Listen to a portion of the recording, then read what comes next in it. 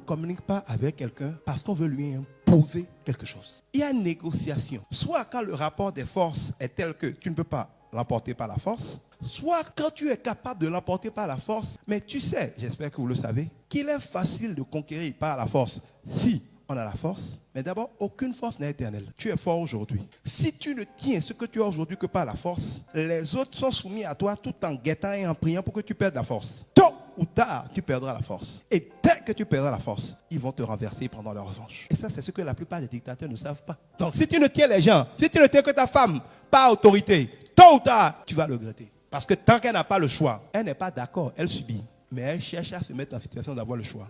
Quand elle aura le choix, tu verras à quel point c'est con d'imposer des choses à quelqu'un avec qui on doit vivre. Que l'homme soit le chef de la famille ne lui donne pas le droit d'imposer n'importe quoi à son conjoint.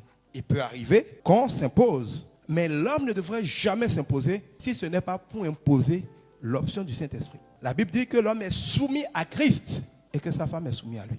L'homme qui prend ses caprices pour des ordres et utilise son autorité pour imposer des bêtises à sa femme, surtout sans demander le conseil du Saint-Esprit, va rapidement se voir prendre l'autorité par Dieu. Quand vous imposez quelque chose, c'est toujours de courte durée. Quand vous imposez quelque chose, vous êtes obligé d'être sur vos gardes. Donc vous êtes obligé de dépenser beaucoup d'argent, d'attention et d'énergie pour assurer la force.